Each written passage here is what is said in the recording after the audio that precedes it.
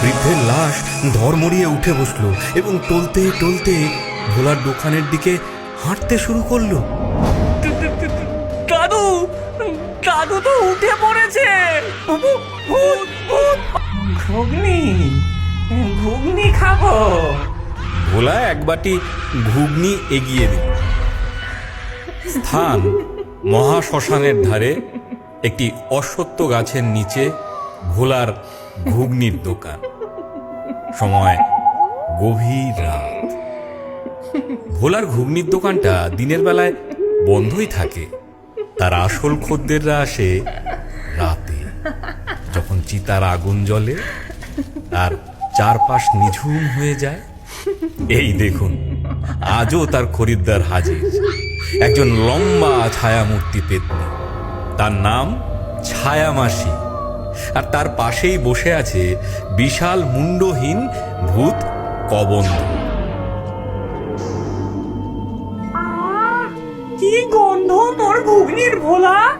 এই গন্ধটা না পেলে তো আমাদের আত্মার শান্তিই হয় না।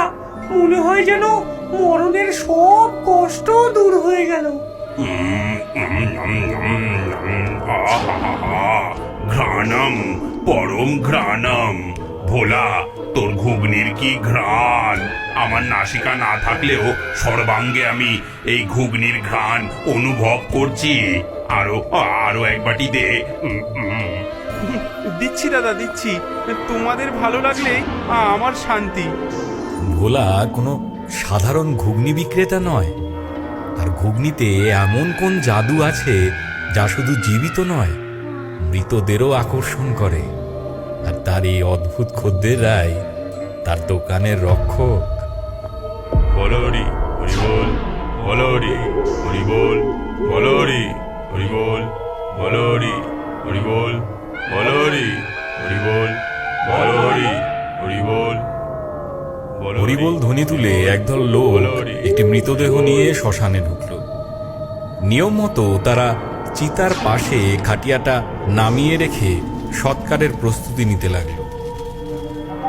ঠিক তখনই ভোলার দোকান থেকে এক ঝলক সুন্দর ঘুগনির গন্ধ হাওয়ায় ভেসে এলো।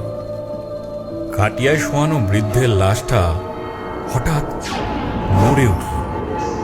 তার বন্ধ চোখ খুলল না ঠিকই, কিন্তু নাকটা ফুলে উঠল। এ কিসের গন্ধ? বহু যুগ এমন সুগন্ধ পাইনি। খিদে, বড্ড খিদে পেয়েছে। পরের মুহূর্তে এক ভয়ঙ্কর অথচ অদ্ভুত একটা ঘটনা ঘটল।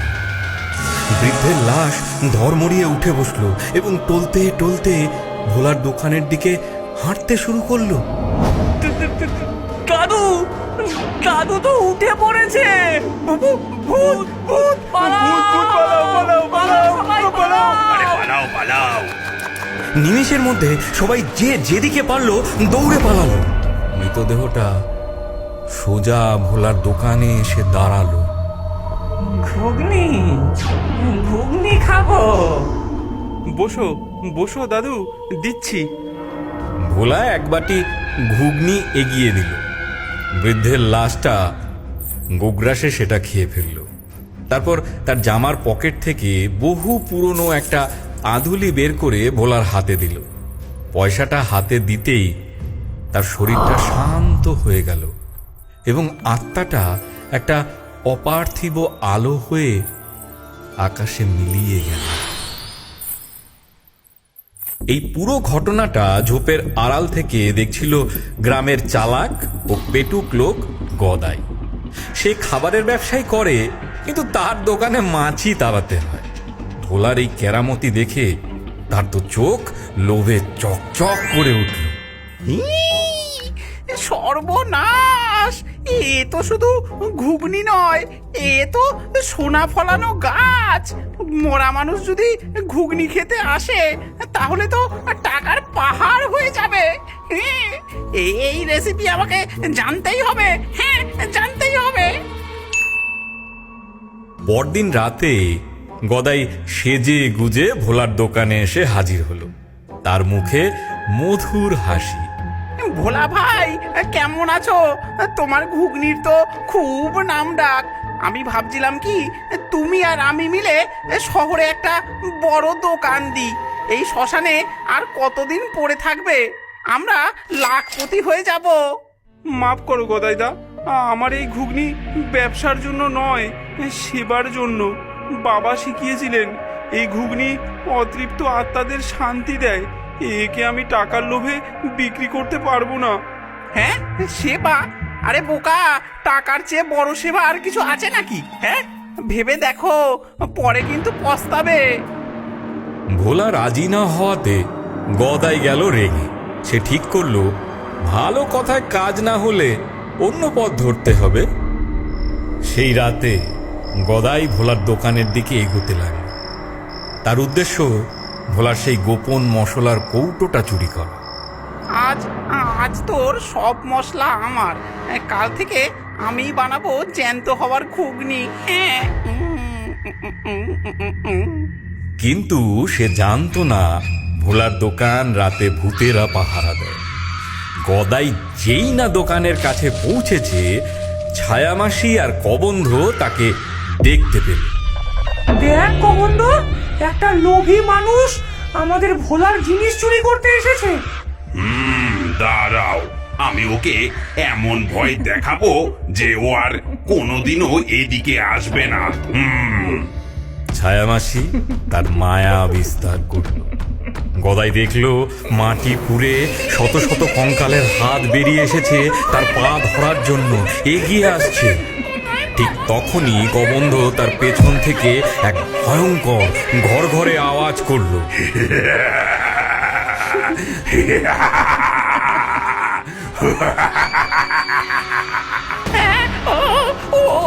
ওরে বাবা রে, ওরে বাবা রে, ও মা গো, ও বাবা গো, ভূত ভূত আমার খেয়ে ফেললো গো। ওরে বাবা রে, ওরে বাবা রে। গদাই পড়ি কি মরি করে গ্রামের দিকে দিল দৌড়। সে রাতে তার গায়ে কাঁপুনি দিয়ে জ্বর এলো। ভয় পেলেও গদাইয়ের লোভ কিন্তু কমেনি। সে বুঝল মশলা চুরি করা যাবে না, মশলার উৎস খুঁজে বের করতে হবে। সে পরদিন ভোরবেলা থেকে ভোলার উপর নজর রাখতে শুরু করল। সে দেখল ভোলা দিনের আলো ফোটার আগে শ্মশানের সবচেয়ে পুরনো অংশের দিকে যাচ্ছে, যেখানে যেখানে ভয়ে কেউ যায় না। গদাই কোথায় লুকিয়ে লুকিয়ে তার পিছু নিল। সে দেখল ভোলা একটা প্রাচীন সমাধির গা ঘেঁষে গজানো এক ধরনের লতা পাতা তুলছে। পাতাগুলো থেকে মৃদু নীলাভ আভা বেরোচ্ছে। এই তাহলে সেই জাদুলতা। যাক, এবার আমাকে আর পায় কে? আমিও এই লতা তুলে নিয়ে যাব। ভোলা চলে যেতেই গদাই এক ছুটে গিয়ে এক গাদা সেই লতা পাতা ছিঁড়ে নিজের ঝোলায় ভরল। সে যার নাম দিল শান্তিলতা। সেই রাতে এক অদ্ভুত দৃশ্য দেখা গেল। ভোলার দোকানের পাশেই গদাই একটা নতুন চকচকে দোকান খুলে বসেছে। তার ডেচকি থেকেও ঘুগনির গন্ধ বেরোচ্ছে। চলে আসুন, চলে আসুন, আসুন আসুন আসুন, আসল জাদুকরি ঘুগনি এখানে। এক বাটি খেলে আত্মার শান্তি, আর ওই ভোলার চেয়েও অর্ধেক দামে। আসুন আসুন। ভোলার দোকানের ভূতেরা অবাক হয়ে গেল। এ কি রে, এ তো আমাদের শান্তিলতার গন্ধ। এই লোকটা এটা পেলো কোথায়? বলো রে হরি বল, বলো রে হরি বল, বলো রে হরি বল। একটি নতুন শবযাত্রা এলো। খাটিয়া নামাতেই লাশটা জেগে উঠল। কিন্তু এবার সে বিভ্রান্ত। দুটো দোকান থেকেই প্রায় একই রকম গন্ধ আসছে। গদাইয়ের দোকানটা নতুন ও বেশি চাকচিক্য হওয়ায় লাশটা সেদিকেই এগিয়ে গেল। দেখেছিস ভোলা, তোর দিন শেষ, সব মোড়া এবার আমার কাছেই খেতে আসবে। হ্যাঁ, আসুন আসুন আসুন। লাশটা গদাইয়ের ঘুগনি খেতেই এক ভয়ঙ্কর কাণ্ড ঘটল। তার আত্মা শান্তি তো পেলই না, উল্টে সে এক ক্রুদ্ধ শক্তিশালী ভূতে পরিণত হল। কারণ গদাই জানতো না শান্তিলতার সাথে আর কি মেশাতে হয়।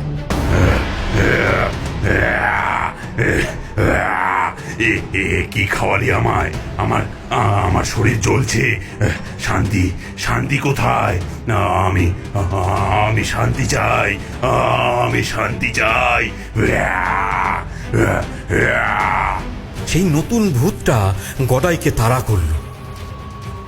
ভোলার দোকানের ভূতরাও রেগে গেল, কারণ গদাই একটা পবিত্র প্রক্রিয়াকে নষ্ট করে দিয়েছে। নতুন ভূতটা সারা শ্মশান জুড়ে তাণ্ডব শুরু করেছে। ছায়ামাসি বা কবন্ধ তাকে শান্ত করতে পারছে না। ভোলা, কিছু একটা কর। এই নতুন ভূতটাকে শান্ত করতে না পারলে ও আমাদের সবাইকে শেষ করে দেবে। আমি বুঝেছি গদাইদা কি ভুল করেছে। বাবা বলতেন শান্তিলতা আত্মার বাঁধন আলগা করে, কিন্তু পুরোপুরি ছিঁড়তে পারে না। তার জন্য লাগে মুক্তি ফলের রস, যা স্বাদে তীব্র টক। ভোলাই জানতো সেই গাছ কোথায়। সে দৌড়ে গিয়ে শ্মশানের এক কোণে থাকা একটা বুনো গাছ থেকে একটা ফল পেড়ে আনল। তারপর দ্রুত একটা বাটিতে বিশেষ একটা ঘুগনি তৈরি করল, যাতে সে মুক্তি ফলের কয়েক ফোঁটা রস মিশিয়ে দিল। ভোলা সাহসে ভর করে সেই ক্রুদ্ধ ভূতটার সামনে গিয়ে দাঁড়াল। মুক্তি, মুক্তি চাই। শান্তি, শান্তি কোথায়? শান্ত হও, শান্ত হও, তোমার আসল খাবার এই আমার কাছে। ভূতটা ভোলার হাতের বাটি থেকে আসা তীব্র ও সঠিক গন্ধে আকৃষ্ট হল। সে এক ঝটকায় বাটিটা কেড়ে নিল এবং সবটা ঘুগনি খেয়ে ফেলল। খাওয়ার সাথে সাথে তার রাগী মুখটা শান্ত হয়ে গেল। সে ভোলার দিকে কৃতজ্ঞ দৃষ্টিতে তাকিয়ে ধীরে ধীরে বাতাসে মিলিয়ে গেল। সব শান্ত হওয়ার পর ভূতেরা গদাইকে ধরল। হ্যাঁ, তুই লোভের বসে একটা আত্মাকে কষ্ট দিয়েছিস, এর শাস্তি তোকে পেতেই হবে। যা, আজ থেকে 1 বছর তুই যাই খাবি, তোর মুখে সব শ্মশানের ছাইয়ের মতো লাগবে। এটাই তোর শাস্তি। ছায়ামাসি গদাইয়ের দিকে ফু দিতেই গদাইয়ের জিভের স্বাদ গেল নষ্ট হয়ে। কি হলো, কি হলো?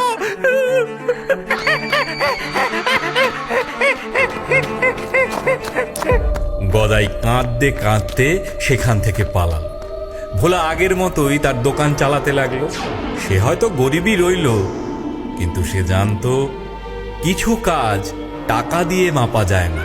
তার কাছে অতৃপ্ত আত্মাদের শান্তি দেওয়াই ছিল সবচেয়ে বড় পুরস্কার।